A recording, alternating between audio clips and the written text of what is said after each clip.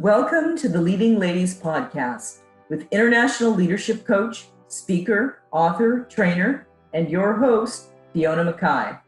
The Leading Ladies podcast shares stories and advice from women around the world who have successfully navigated the glass ceiling. You'll gain powerful insights into strategies for cracking the glass ceiling, embracing your self-worth and value, and advocating for yourself and others.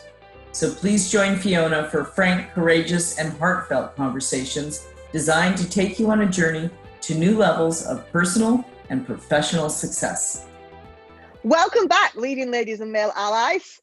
It is another gloomy Saturday here in Seattle, but we have another bright and amazing guest with us here to light up our day, Jill Myers. Now, Jill has been passionate about aviation since age 17 when she got her private pilot's license in Arizona. Those of you listening who've got your wings, I know how special that moment is. She has over 30 years in the industry, including 8 in the Air Force, and spent over 25 years working for major organizations supporting major commercial and defense programs. She's also run her own consulting business, and she even consulted on an award-winning documentary, Fly Like a Girl, in 2019. And that is actually streaming on Hulu and multiple video on demand channels. Jill has received many honors and is an elected fellow of the Royal Aeronautical Society. And one of her recent honors was being elected to the top women in aviation and aerospace to follow on LinkedIn list. And of course, as per our last few sessions, we have the amazing Matt Higa with us here today to interview Jill. And we're going to be talking about mentoring matters, creating big change for those in our footsteps. Welcome, Jill. Thank you. It's great to be here with both of you. Same here. Yeah. Thanks for much, Jill. Yeah, that's quite an amazing bio you have there, Jill. Thank you. It's pretty long, huh?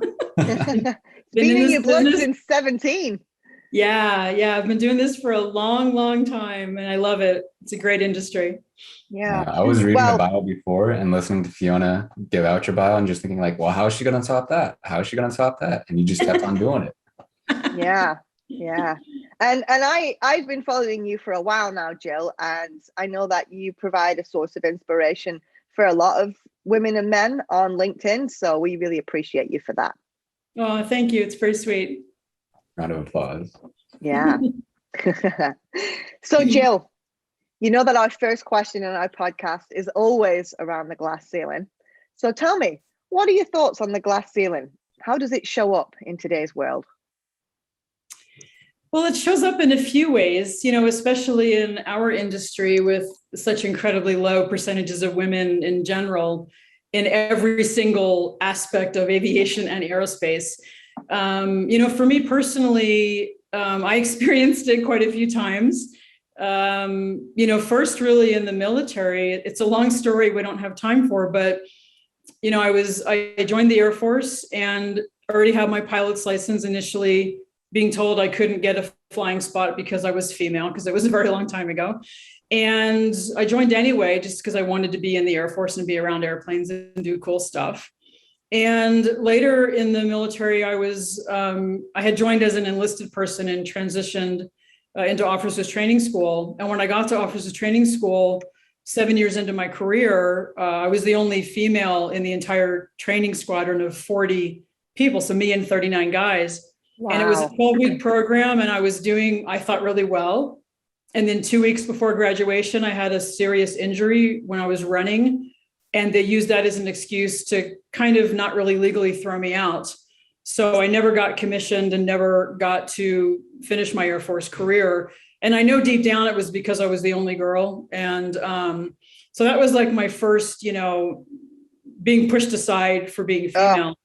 It's like being punched in the stomach, just sitting here listening to it. Yes. It was quite devastating because I loved the Air Force and really wanted to stay, 25 plus years. But everything happens for a reason. The one huge lesson I learned from my mother. And then, in the corporate world, of course, in a way, it's almost worse. My career ended up being in aerospace engineering. My degree is in astronautical engineering. And in that world, there are about 13% women right now, which has actually grown quite a bit. One of the few where the percentages have increased over the last 10, 20 years. Most of them have not moved much at all. But still, I was very often the only female in my organization, which I honestly never had a problem with it. It never bothered me, except when it became an issue for others. And I guess my best example is my last time in corporate America. I worked for Northrop Grumman. I don't mind naming them outright. I worked for Northrop Grumman on the F-35 Joint Strike Fighter program. I started there in 2015. A very senior management role in one of the top, the most complicated aircraft ever built, an amazing, amazing program. And again, I was the first, no lie, this is not a fake story. My first or second day of work, my boss had a staff meeting, and it was literally me and 21 guys. And I was sort of horrified at first. And then afterwards, I went over to the executive assistant, who I'm still friends with. And I said, what was that? Like, seriously? And she said, oh, you're the first female he's ever hired as a manager. He's been here 35 years. But what was bad about it was I quickly found out that I was paid roughly $40,000 less than all of my male counterparts. And I had equal, if not greater experience than most of them, which is why they hired me. And when I went to human resources director, who happened to be a woman, and asked her if this was the case, she did some homework and said, yeah, you're right. And we're not going to do anything about it, which is sort of horrifying. And, at the time, the president of our part of Northrop Grumman was a woman. She's actually, I believe, still CEO. She was promoted to CEO of the entire corporation a couple of years later.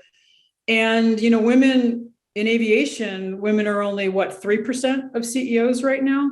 Yeah. And so it's, a lot of women that I became friends with and collaborated with at companies like Boeing and Raytheon and Northrop Grumman. It's very challenging. I will say Raytheon does a better job than any of the DoD defense companies. They have a lot of women in leadership positions and have for a very long time. So I give them a huge gold star, Raytheon, by the way, for all the young ladies looking for career options. But the glass ceiling is still there. And what's challenging is, we seem to break it here and there. One or two women will do amazing things. And then a lot of us expect a flood of women behind them to follow. And it just doesn't always happen. So I think there's still a lot of stereotypical, unfortunate perceptions of women in aviation and aerospace. And I think we're making progress, but honestly, Fiona, I think it's just not enough progress and not. No, it's not. And I've worked for and with women at multiple aerospace organizations, and it absolutely horrifies me when some of them tell me, I do not want my daughter to come into this industry. Those are real words from real women in major aerospace organizations. And so if the women that are in the industry can't convince people that, they are related to or that they know to follow in our footsteps, then, what can we do? And that's why with Leading Ladies, we're so passionate about what we do, because we've got to give women the tools to not just survive, but thrive in the industry while they're in it, so that they can see past the challenges that everybody's facing and know that, they're doing this for something bigger than themselves.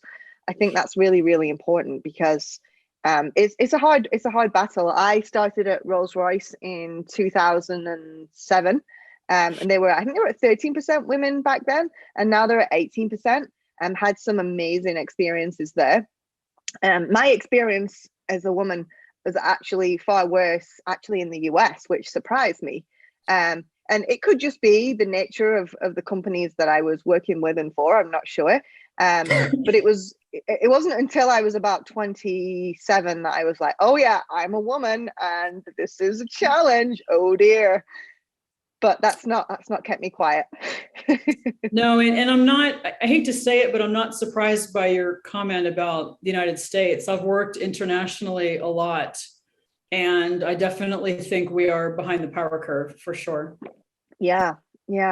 And there's various reasons, I believe, for that I won't go into today, but I really think that there could be some good work done if they were to partner with some of their European counterparts. Agree Which completely. is completely contrary to like what you think when you're growing up in England, and you think, oh, I'm gonna go to America, land of the free, you know, it would be great there, and you're like, what? It's very interesting. Anyway, I digress. So question, I always think of it as a weird question, because I like to ask people, when did you know that you'd broken through the glass ceiling?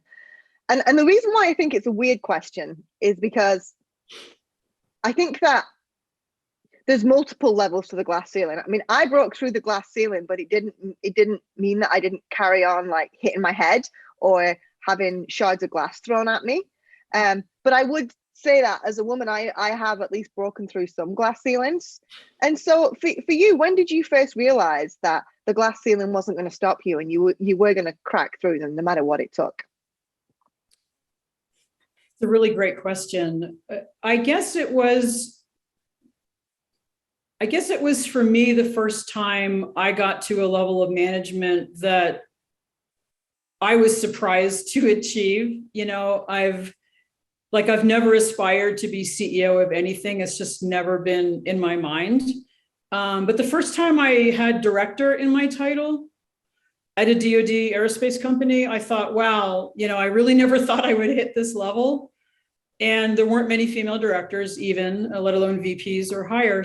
So, you know, I think for each person, their glass ceiling, as you very well put, is either at a different level of management in an organization or just means something completely differently. So I guess the first time is when I reached director level at a company, which was in 2013. And then to be honest with you, I sort of felt it again when I started my own consulting firm, which was in 2018, because there aren't that many consulting companies in aviation led by women.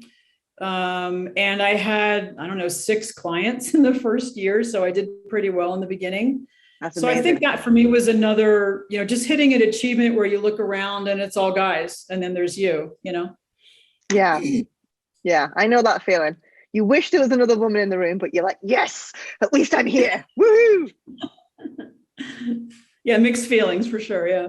A question I have about that, because something that I've learned about you from your bio and just like studying your LinkedIn all this time is like you're really big on mentoring. So, and especially like kind of like the brief moments, or like not the kind of informal stuff that's not like, oh, can you be my mentor? Can you like guide me through this? But like, what were some of like the people along the way or experiences that kind of like mentored you to break through that glass ceiling and get to that level finally? Well, I'll be brutally honest with you both that I really never had mentors when I was younger, which is part of why my career zigzagged is a term I like to use, quoted from someone famous I heard speak once. You know, one of the reasons I do so much mentoring is because I really didn't have many. I would say, Matt, that there's really one woman who kind of mentored me, and it was more that I just really looked up to her and used her as more of a role model. I mean, if I had an issue, I would go to her, and I guess that's mentoring. But she was the first person to hire me into Raytheon, back to Raytheon. She was director already at the time. We're about the same age. We have a lot in common. We're still very good friends. And throughout my career, I would kind of, when I was working with her, I would definitely use her in my mind as a mentor. We didn't have any kind of a formal relationship. And then the only other person that I'll highlight, because she's been such an enormous mentor for me later in my career, is I met a woman named Krista probably 12 years ago now in the workforce. And we ended up both leaving that particular company at almost the same time. But Krista has multiple roles and multiple jobs, but she owns her own consulting firm as part of it. But Krista and I have not only been very good friends, but she is the most brilliant, business-wise woman and incredibly intuitive and insightful. And she has been what I call my career coach for 10 years and obviously my mentor. So literally in the last 10 years, I had not made a single career decision without running it by her, getting her insight, getting her help. And she also coaches me on how to handle difficult issues.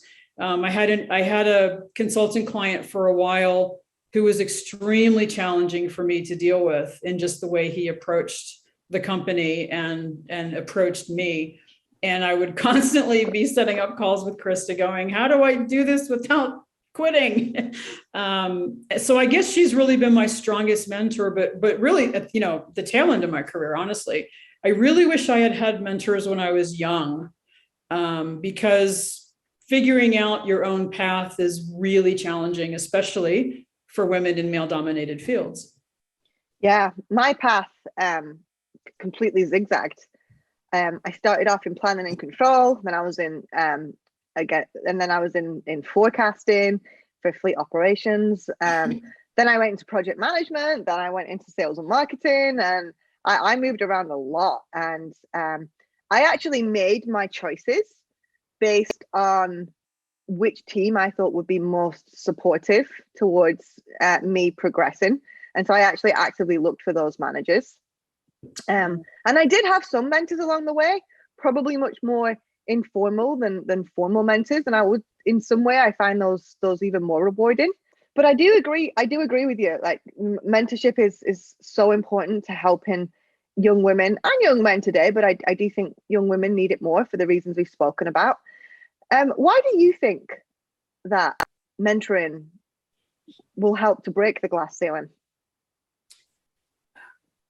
I think it will, just because learning from people who've been there before in the path you may be headed on is so huge. And, you know, one of the things, if I can sort of get on my mentoring soapbox for a minute, Go for it. one of the things I love about talking about mentoring and being a mentor is that there are so many different ways to do it and ways to help people. You know, there's, as you mentioned, Fiona, there's a formal mentorship program, you know, that some companies have, you know, like at Boeing, for example, there was a formal program and you had to identify a mentor and record your relationship and meet once a month and take notes and have objectives. You know, it was very structured, which is great in the workplace if that's the kind of thing you want to do. But a friend of mine, I actually put together a mentoring panel for the International Aviation Women's Association last year.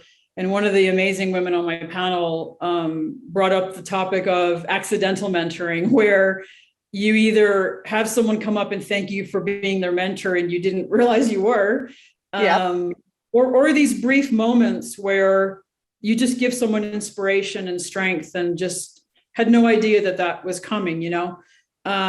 So I think it's so important for people to find mentors, not just to achieve the glass ceiling, but, you know, the entire duration of your path in whatever career that you're going after, or even if you aren't sure which career to go after. Yeah, I would argue that, you know, even if you want to stay at the level that you're at, just having that mentor to run stuff by is hugely important. I would never guess that you'd had some of those experiences that you had. And, you know, myself, I've had some similar experiences, and I think, wow, I wish I'd had a Jill in my life to talk to about this. You know, sharing our stories of the challenging things that have happened to us is just as important as the major accomplishments that we've had. Agree. Yeah, 100% agree. Leadership's a big background for me. I don't know if I've mentioned it on here before, but I'm an Eagle Scout. So growing up, I got a ton of mentoring from an early age through the scouting program, which was, you know, I know it's got some PR issues right now, but like the program and troop that I had was like a very solid, like your classic, like we were just out camping and just doing, you know, your normal scouting knots and things, activities. And I think I even might have an aviation merit badge. I can't remember now, but that might be. Haven't thought about it for so long, but it's so important. I mean, just like getting mentorship from like peers, and that's what I love about your mentorship style is like it's not just the informal, it's also the brief interactions or like from the peers, and I don't necessarily have to be older in a completely higher position. I was doing some mentoring last night with one of my coworkers at the corporate place where I work. And we were working on some different assessment questions to, you know, get them through that and sharing that experience. So Mentorship comes in all forms, and it doesn't have to be formal. Love that. Yeah, one of my favorite, if I could just share a quick mentoring story that I like to share, because if I can do it without crying, I was asked to go back to my university, which is the University of Texas at Austin, 2 Novembers ago, to be a keynote speaker for a couple of events. And after one of them, this young woman asked me if she could walk me to my car, my rental car. I said, sure. So we walked out to the parking lot, and she stopped, we're just chatting along the way, and she literally stopped in her tracks at one point. She looked up at me, and she looked down at me. She was really tall. And she said to me, I'm in my freshman year and I have so much to learn. And she looked at me and she said, I've lived my whole life so far in fear. And after meeting you and hearing you speak tonight, I'm not going to do that anymore. And I was just, completely blown away. And that was like a mentoring moment. And I had no idea what I said during my presentation, or they kept me for like an hour asking questions after. I have no idea what I said to inspire her, like zero. But the fact that I had the kind of impact on this young woman, it was a miraculous moment. And these moments where you just inspire people in any way, and again, maybe sometimes don't even realize it, I think those are sometimes the most special ones. Absolutely. Absolutely. I'd like to take a moment to pause and recognize GM Defense, our sponsor that helps make this podcast possible. GM Defense is driving the future of military mobility by leveraging the best-in-class capabilities of General Motors for unmatched innovation, proven performance, and breakthrough lifecycle economics.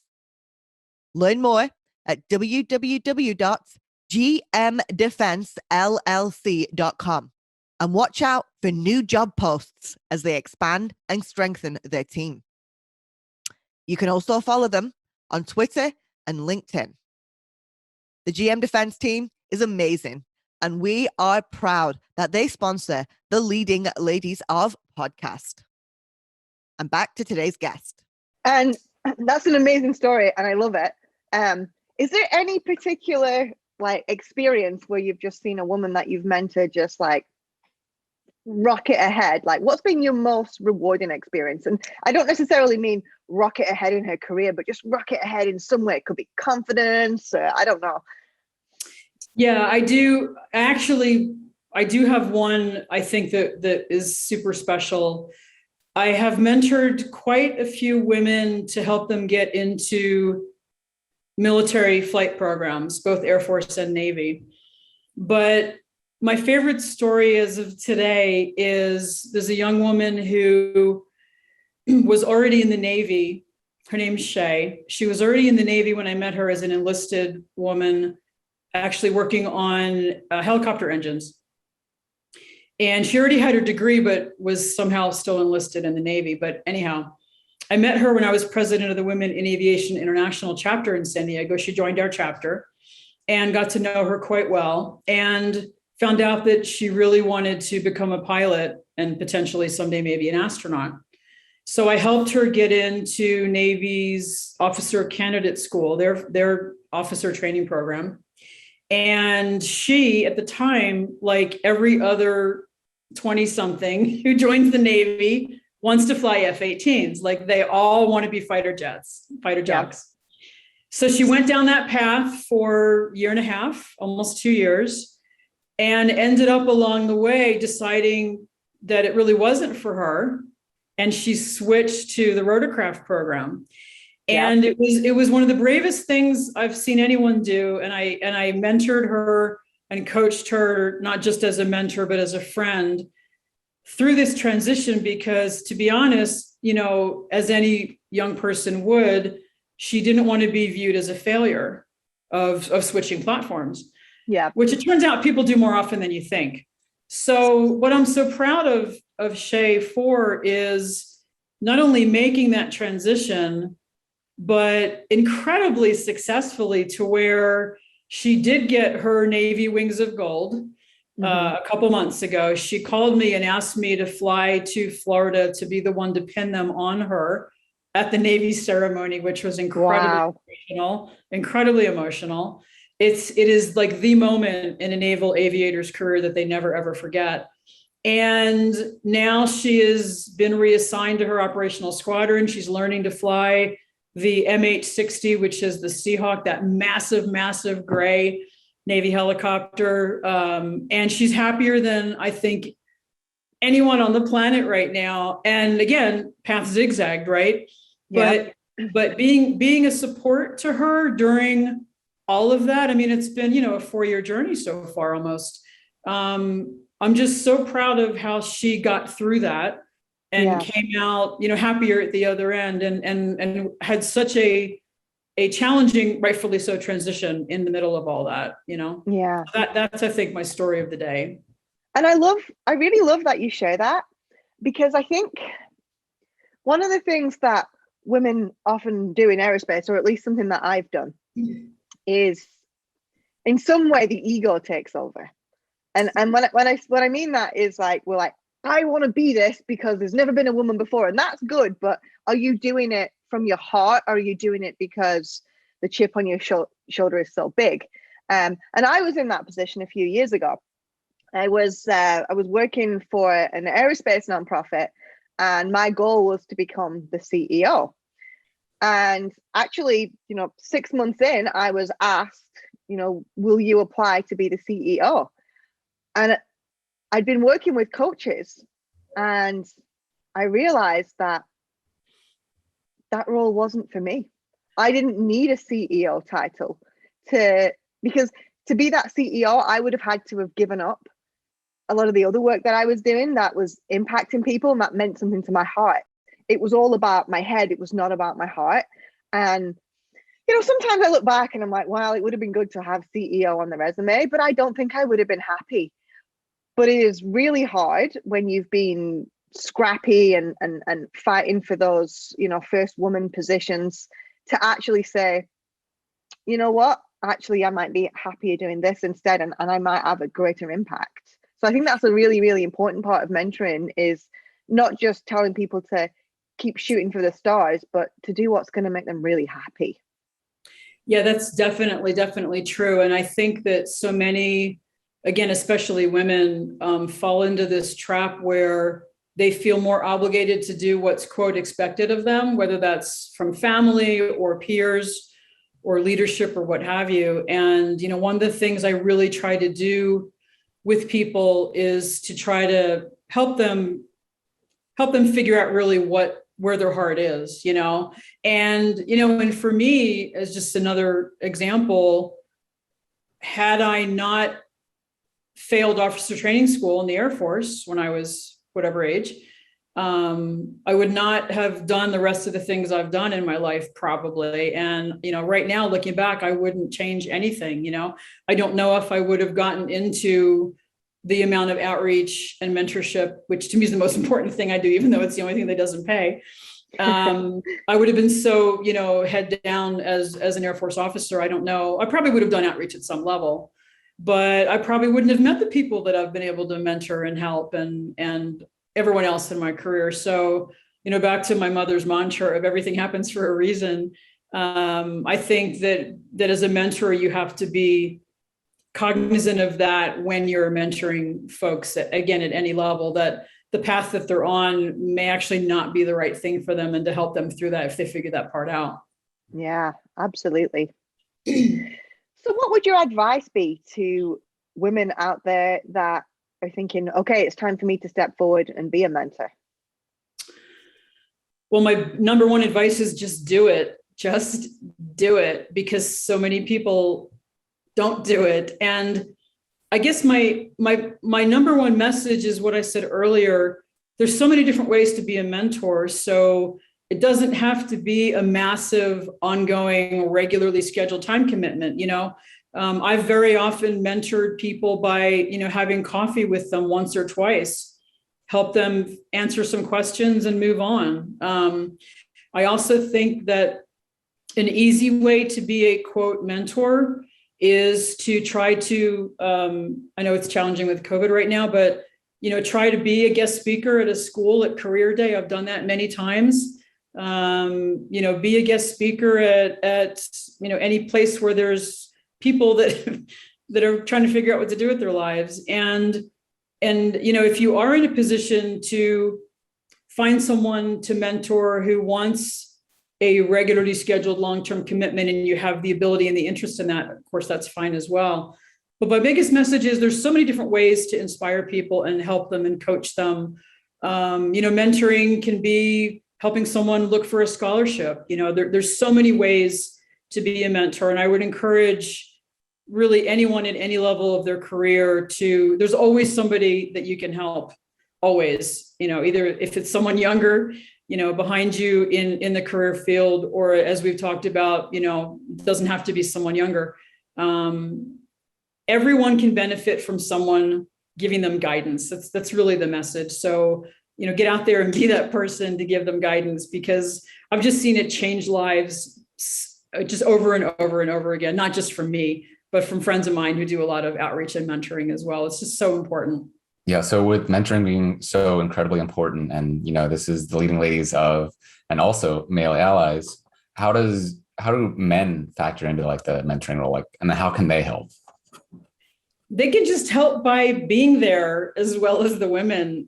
I have some friends who are women who are extremely successful, and all of their mentors have been men. I've had amazing role models in my career that have been men.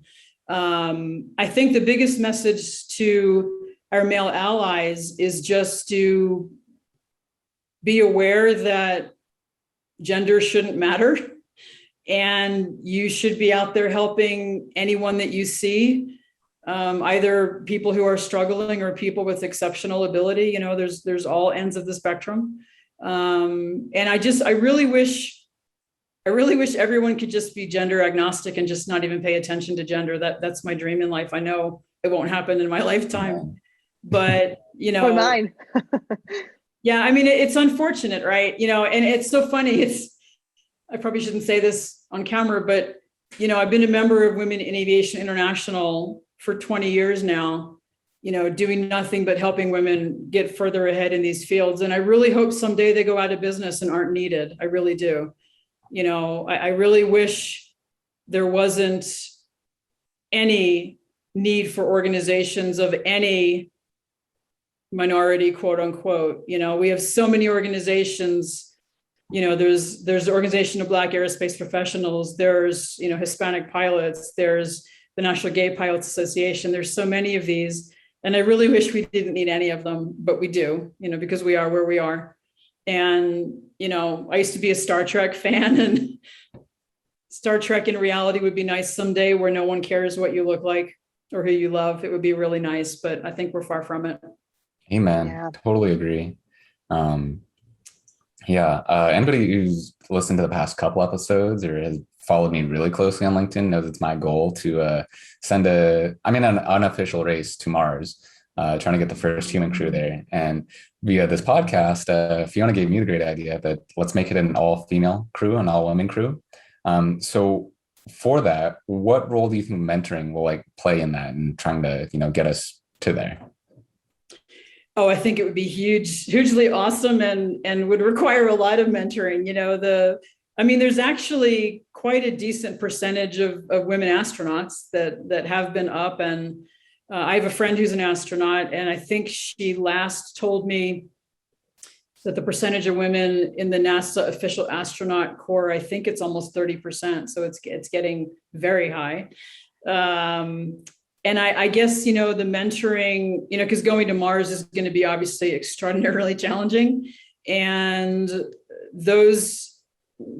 anyone who's going to be going to Mars, male or female, is definitely just going to have to find people who've been in space before, whether you're actually find people who've been in space before. And also, I think, look for mentors on the side of the companies that are actually manufacturing the vehicles that will be going up, because there's a lot of benefit in having connections to everyone who's related, in my opinion, to the activity that you're about to embark on. So, no astronaut is successful without understanding a lot about the vehicle.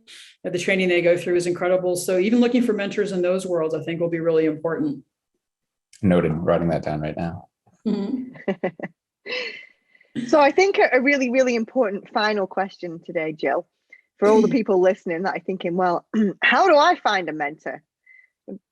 What advice would you give to women out there who are desperately seeking a mentor?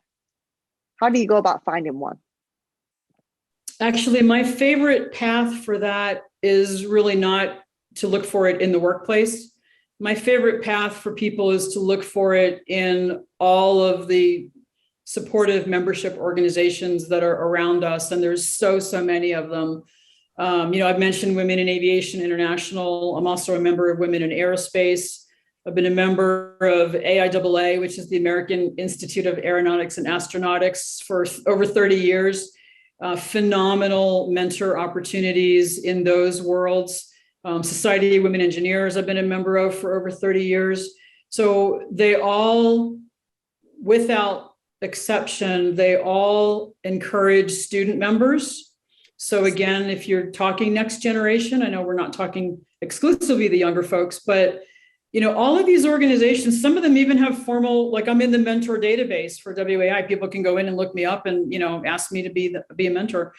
All of these organizations offer, in my opinion, not only mentors of all different kinds, levels of management, different slices of the industry, but the same organizations usually have scholarships and educational programs and professional development. So if you reach out to some of these organizations, you can get more than just a mentor, but I think they're the best place. Obviously, you can find people in your own workplace, but I just feel like people having mentors that are from slightly diverse universes is important too.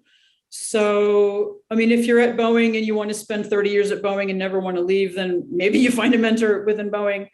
But I'm just a huge fan of diversity of all of your thought process and your experiences. So reaching out to these organizations and finding mentors that maybe you wouldn't have ever thought of would be a mentor to you. Most people will say yes to a mentor request, especially, as I mentioned earlier, if you're not looking for something super time intensive, but just someone to give you a few pieces of advice and listen to you for a while. I actually mentored a young man about a year ago for a short bit. We tried to set up Zoom sessions and our schedules didn't align, so it was all email, but I was able to help him with picking the right company. He was getting ready to graduate from college and he saw me on LinkedIn and reached out. So again, since there's so many ways to find a mentor, and I would also say LinkedIn, and again, I failed to say this earlier, Matt, but we all can't thank you enough for what you did to put this list of women together. And, we've gotten to know each other a little bit now, some of us that are on the list, and I've gotten quite a few personal requests just for connecting with folks. But, LinkedIn is my favorite social media platform. If I had to ditch all but one, I would only keep LinkedIn. And I've met amazing people on LinkedIn. I have actually recently asked someone to be my mentor on LinkedIn, who I've been following and stalking for a while. So LinkedIn's, I guess, my second answer, Fiona. So well, I'm a huge fan of LinkedIn. So, and me too, obviously. we have the Leading Ladies of Aerospace LinkedIn page and the Leading Ladies of Defense LinkedIn page. And between the two, we've got over 2,000 members now. And my dream for those groups is that people look for other women in those groups and say, hey, can you be my mentor? I keep saying, hey, I don't want this group to be the Fiona show. I want this to be our show. And in fact, just yesterday, somebody went in there and said, I'm thinking of taking a step down to move to another company. Could people give me some advice, please? And people were responding and saying, yeah, I'll jump on the phone with you. Happy to talk to you about it. I'm like, yeah, perfect. Yeah. That's mentoring. It doesn't have to be this formal thing. It's, jump into the group. But yeah, all those great organizations that you've mentioned, for our listeners, if you head over to MackayUnlimited.com and hit podcast, it'll take you to Jill's page, and we'll make sure that all the links to those organizations and those mentoring programs are in there. So, get on the Leading Ladies LinkedIn pages, look there, and if you want something more formal, get on my website and go head over to these amazing organizations. Yeah. And then for our listeners, I wanted to mention too on that LinkedIn bit, like LinkedIn's amazing. And I'm so happy that I could give this to all of you. This is what I was hoping would happen. And you heard that Jill's a great coach and Fiona's an amazing coach as well. So definitely reach out to her for mentorship. But also, I don't know if it's been mentioned on this already, but she's a leading lady of aerospace as well. She made the list. And I don't know if she's mentioned that in her intro, but like Jill, she's also on that list as an amazing person. So definitely reach out to either one of them. Oh, thank you, Matt. I am on the list, but if you shouldn't really talk about yourself, other people should talk about you. So that's me. Thank you, Matt. I appreciate that. Well, Jill, Matt, it's been a pleasure. I could talk to you all day long, but it's Saturday, and I know you guys want to go enjoy your friends and families. So thank you both for being here, and to all of our leading ladies and male allies listening, thanks for tuning into the podcast, and we can't wait until we meet again. Thank you so much. Thank you.